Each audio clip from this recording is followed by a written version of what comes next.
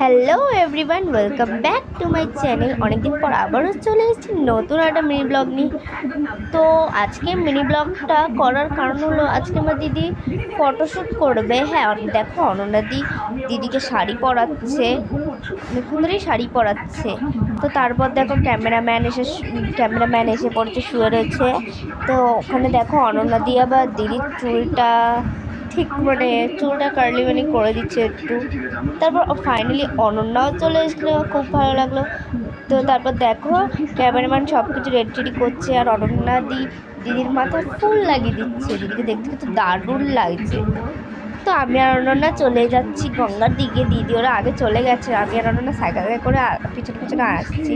তো ফাইনালি আমরা গঙ্গায় তো চলেও এসেছি। দেখো গঙ্গায়, তোমরা এই গঙ্গা কি চেনো?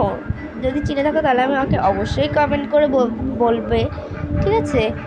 তো তারপর ফার্স্ট ছবি তোলা শুরু হলো। তো ছবি তুলতে দেখো তোলা হচ্ছে।